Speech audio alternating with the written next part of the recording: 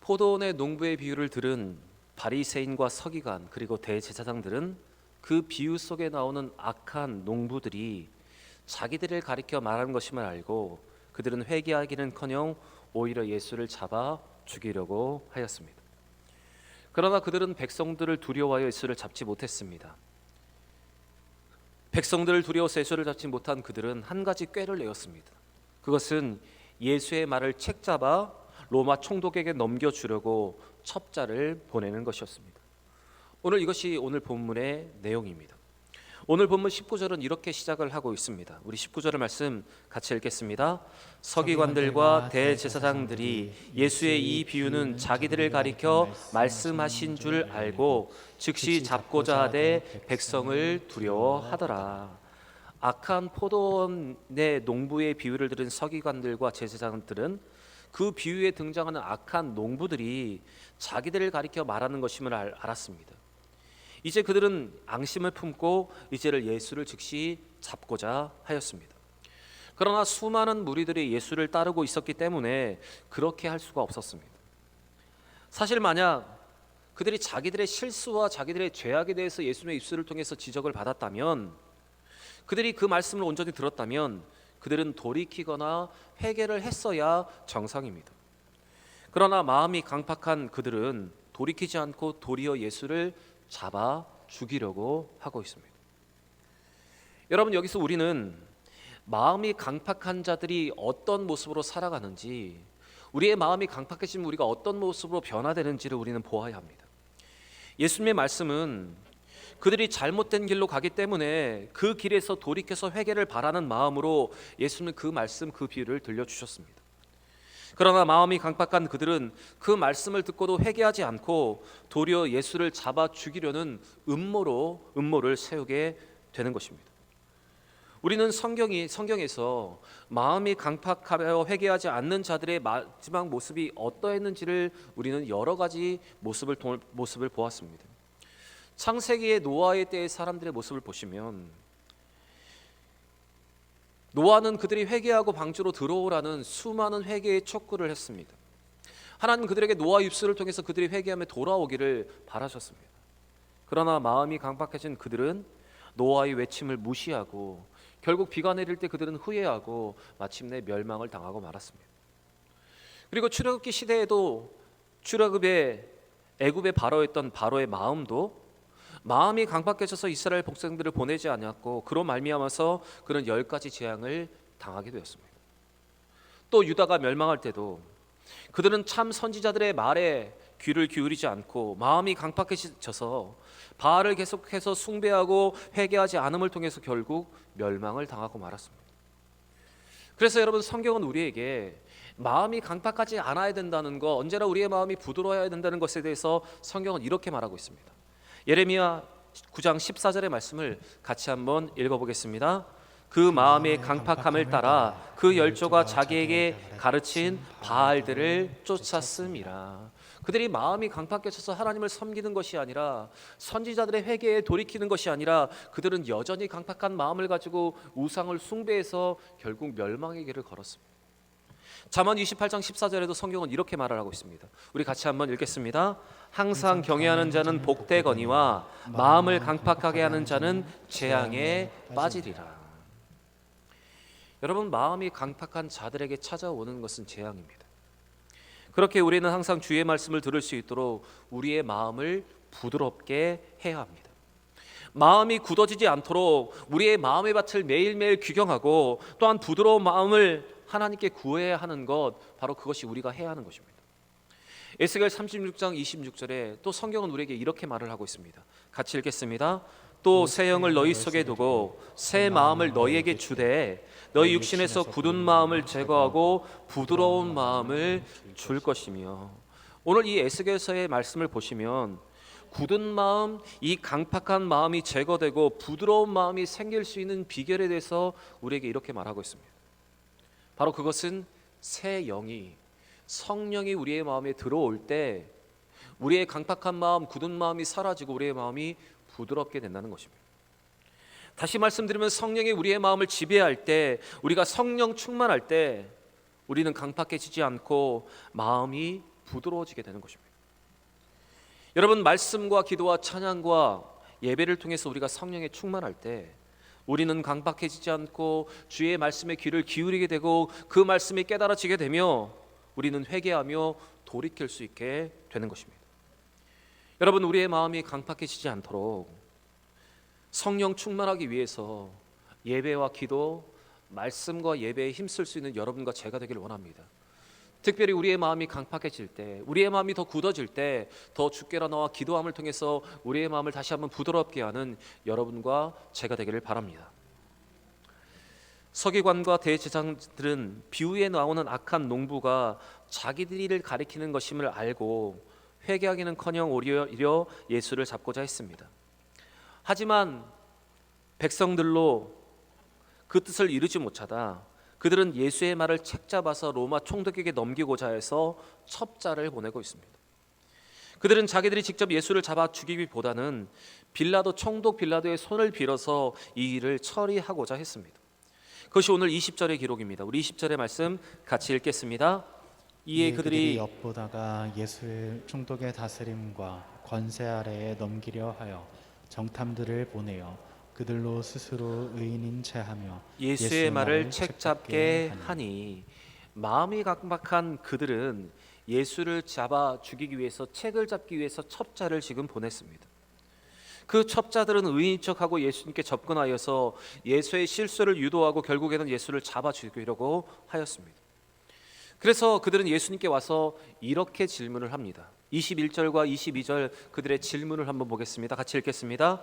그들이 물어 이르되 선생님이여 우리가 아노니 당신은 바로 말씀하시고 가르치시며 사람을 외모로 취하지 아니하시고 오직 진리로서 하나님의 도를 가르치시니이다. 우리가 가이사에게 세를 바치는 것이 옳으니까 옳지 않으니까 하니.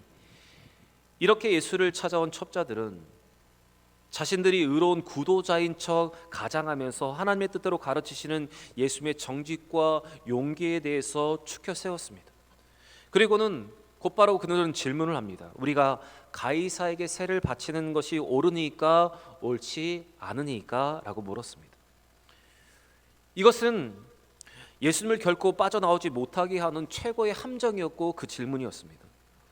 만약 예수님께서 세금을 바치라고 하면 그들은 예수님을 민족의 배본자로 몰아서 예수님을 따르는 그 유대인들을 돌이키게 하려고 하였습니다. 그리고 또 세금을 바치지 말라고 하면 로마로부터 반란을 선동한다고 해서 로마 총독에게 고발할 수 있기 때문에 이 질문은 자칫하면 빠져나갈 수 없는 질문이었습니다. 그들은 강팍한 마음으로 계획을 세웠고 예수를 궁지로 몰아넣기 위해서 지금 꼼수를 사용을 하고 있습니다. 마음이 강팍한 그들의 관심, 오로지 그들의 관심은 예수가 진정 메시아인지 혹 진리가 무엇인지 그것을 분별하려 하는 것이 아니라 오직 예수를 실족하게 하고 함정에 빠뜨려 예수를 죽이고자 하는 것, 그 모든 것에 그들의 관심이 쏠려 있었습니다. 여러분, 오늘 이 강팍한 바리새인들의 모습을 한번 보시기 바랍니다. 여러분, 마음이 강팍해지면 환경과 상황을 넓게 보는 것이 아니라 시야가 편협해지고 마음이 옹졸해지게 되는 것입니다. 그리고 자기가 생각하는 것에 꽂혀서 어떻게 하면 그것을 이룰까 모든 방법과 모든 국리를 동원하게 되는 것, 바로 그것이 사람의 마음입니다. 그러다가 죄를 짓게 되고 그러다가 돌이킬 수 없는 실수를 하고 마는 것입니다. 여러분, 오늘 이 책 잡으려 하는 자들의 마음이 어디서부터 시작되었는지를 한번 보시기 바랍니다. 그리고 이 강팍한 자들이 어떤 행동을 취하고 있는지, 어떻게 자기의 뜻을 이루려 하는 것을 보시면서 혹시 우리도 그렇게 우리가 살아가고 있지 않은지, 우리가 편협한 시야와 강팍하며 옹졸한 마음으로 살아가고 있지 않은지를 돌아보시면서 그런 마음을 온전히 내려놓을 수 있는 귀한 시간이 되기를 바랍니다. 마지막으로 책 잡으려 하는 자들의 질문을 들으신 예수님은 그들에게 한 데나리온을 가져오라 말씀하셨습니다. 23절과 24절 말씀도 같이 읽겠습니다. 예수께서 그 관계를 아시고 이르시되 데나리온 하나를 내게 보이라. 누구의 형상과 글이 여기 있느냐? 대답하되 가이사의 것이니이다. 그들의 관계를 이미 알고 계셨던 예수님은 세금을 내는데 사용되어는 로마의 화폐인 데나리온 하나를 보이라 하셨습니다. 그리고 그들에게 누구의 형상과 누구의 글이 거기 있느냐라고 물으셨습니다. 그 백성들은 대답합니다. 가이사의 것이라고 그들은 대답했습니다. 사실 이 질문은 정치적으로 민감한 질문이기 때문에 자칫하면 문제 속에 휘말려 들어갈 수 있는 소지가 많았습니다. 그래서 예수님은 지혜롭게 그들에게 이렇게 대답을 하십니다. 25절과 26절 말씀 같이 읽겠습니다. 이르시되 그런즉 가이사의 것은 가이사에게, 하나님의 것은 하나님께 바치라 하시니 그들이 백성 앞에서 그 말을 능히 책잡지 못하고 그의 대답을 놀랍게 여겨 침묵하니라. 예수님은 가이사의 것은 가이사에게, 하나님의 것은 하나님께 바치라고 말씀하셨습니다. 예수님께서 말씀하신 이 말씀은 가이사의 형상에 새겨진 그 자체가 우상이기 때문에 가이사에게 돌려주라 말씀하신 것이고, 하나님의 것은 하나님께 돌리라는 것은 하나님의 형상으로 만들어진 사람이 하나님의 것이기에 가이사도 하나님이 지으신 것이라고 그 사실을 그들에게 말씀하신 것입니다. 예수님의 이러한 대답은 율법에도 어긋나지 않고 성경의 분명한 진리를 말씀한 것이기 때문에 그들은 예수님을 책잡지 못했고 침묵할 수밖에 없었습니다. 그런데 오늘 이 예수님의 말씀을 잘 보시면 예수님의 이 말씀은 지금 유대인들에게 있는 이 문제가 가이사에게 세금을 바치는 식민 통치의 현실이 아니라 바로 악한 농부들처럼 하나님께 마땅히 바쳐야 할 것들을 바치지 않는 그들의 영적인 타락에 대해서 예수님께서 오늘 지적을 하신 것입니다. 예수님께서는 이 말씀을 통해서 다시 한번 악한 농부들처럼 하나님을 제대로 섬기고 있지 않은 그들의 교만과 강팍함에 대해서 다시 한번 지적을 하고 계신 것입니다. 여러분, 사실 이스라엘 백성들이 이 로마의 식민 통치라는 채찍질을 당하게 된 것은 그들이 하나님의 선민으로서 부름받은 그 사람들로서 하나님께서 찾으시는 그 의로움과 그 사랑과 그 믿음이 그들에게 전혀 없었기 때문입니다. 사실 그들은 지금 하나님께로부터 징계를 받고 있기 때문에 그들에게 필요한 것은 그들이 하나님의 사랑을 알고 하나님께서 그 아들을 보내신 것을, 그 사랑을 아는 것, 그리고 하나님께서 다시 그들의 온전한 마음을 드리고 하나님의 것은 하나님께 드리려 하는 그 믿음이 그들에게 필요했습니다. 예수님 바로 그것을 지금 지적하고 계신 것입니다. 그러나 그들은 강팍함과 교만함에 빠져서 진리를 분별하지 못하고 진리를 깨닫지도 못하고 회개하지도 않고 돌이키지도 않고 있었던 것입니다. 여러분, 우리도 때때로 하나님의 뜻을 분별하지 못하고 자기 생각에 갇혀서 정작 하나님이 무엇을 원하시는 것을 깨닫지 않고 그냥 환경의 문제다, 상황의 문제다, 이것을 말할 때가 너무나 많이 있습니다. 지금 그런데 여러분, 우리가 보아야 하는 것은 사실은 상황과 환경의 문제가 아니라 그 속에서 우리가 하나님의 뜻을 알고 하나님이 원하시는 그 믿음의 길로 행하는 것, 그것이 중요한 것입니다. 우리는 환경을 탓하고 상황을 탓하지만 실질적인 문제는 우리에게 믿음 없는 것이 문제이고 우리가 하나님께 온전히 반응하지 못하고 있는 것, 그 자체가 문제입니다. 마음이 강팍하고 교만한 우리는 오늘 이 바리새인과 서기관들과 같이 그 강팍한 마음과 교만함으로 우리 스스로를 편협하게 바꾸어 버리고 말씀을 들어도 들리지 않게 할 뿐만 아니라 나에게는 문제가 없고 상황의 문제라고 모든 것을 탓하는 그러한 삶을 여러분 살게 하는 것입니다. 여러분, 그것이 우리의 마음의 강팍함이고 우리의 마음의 교만함을 우리 다시 한번 깨닫기를 원합니다. 그래서 우리는 이 마음을 가지고 자꾸 환경을 탓하고 상황을 탓하고 나의 문제가 아니고 말씀의 문제이고 밭의 문제가 아니라 씨앗의 문제라고 자꾸 말하게 되는 것입니다. 여러분, 혹시 오늘 이 말씀 가운데 하나님 오늘 여러분에게 들려주시는 음성이 있다면 여러분 그 말씀 가운데 반응할 수 있는 여러분과 제가 되기를 원합니다. 이번 한 주 우리가 믿음으로 살아갈 때 우리가 갇혀있는 상황, 우리가 매여 있다고 생각하는 환경이 있고 우리가 그것이 모두 문제라고 생각하면서 우리가 살아가고 있다면 여러분 다시 한번 이 말씀을 통해서 우리의 마음의 상태를 확인하고 우리가 중요하게 생각하고 있는 것이 무엇인지를 다시 한번 깨달을 수 있는 귀한 시간이 되기를 원합니다. 환경과 상황에 매여서 우리의 강팍한 마음과 우리의 교만한 마음 때문에 하나님의 뜻을 분별하며 돌이키지 못하는 것이 아니라 우리에게 주는 이 말씀 속에서 하나님 말씀을 깨닫고 돌이킬 수 있는 여러분과 제가 되기를 원합니다. 앞에서 말씀드렸듯이 마음이 강팍해지지 않고 마음이 부드럽게 될 수 있는 것은 여러분 새 영이 성령이 우리 가운데 거할 때 여러분 가능하다는 사실을 기억할 수 있기를 바랍니다. 다시 말씀과 다시 기도와 다시 예배와 다시 찬양을 통해서 다시 한번 우리의 마음을 부드럽게 할 수 있는, 하나님의 진리의 말씀을 깨달을 뿐만 아니라 온전히 돌이킬 수 있는 그런 부드러운 마음을 소유하는 여러분과 제가 되기를 원합니다.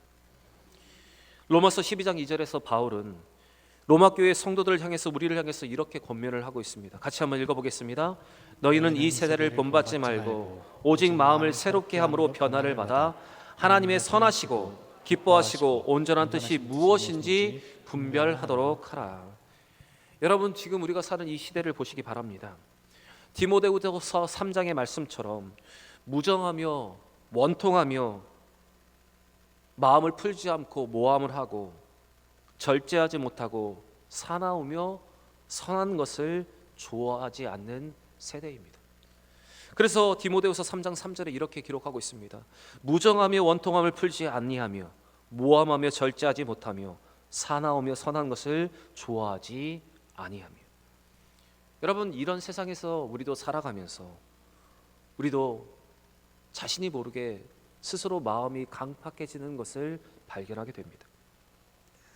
누구도 자기의 영역을 침범하는 것에 대해서 인정하지 않고 조금도 손해보려 하지 않는 우리의 모습을 보게 됩니다.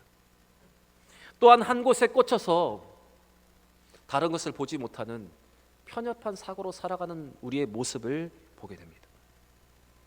여러분 이러한 시대 속에 갇혀서 세상 사람들의 동요되어 살아가는 이 우리의 연약한 자신의 모습을 한번 돌아보시면서 다시 한번 이 강팍한 마음들, 이 무정한 마음들, 풀지 않은 이 원통함들을 다시 한번 모두 풀어내고 부드러운 마음을 소유할 수 있는 여러분과 제가 되기를 원합니다. 상황과 환경의 문제가 아니라 우리 스스로 우리 자신의 문제임을 발견하면서 다시 경건의 모양과 경건의 능력을 회복하는 우리 모든 대형의 성도들이 되시기를 주의 이름으로 간절히 축원합니다.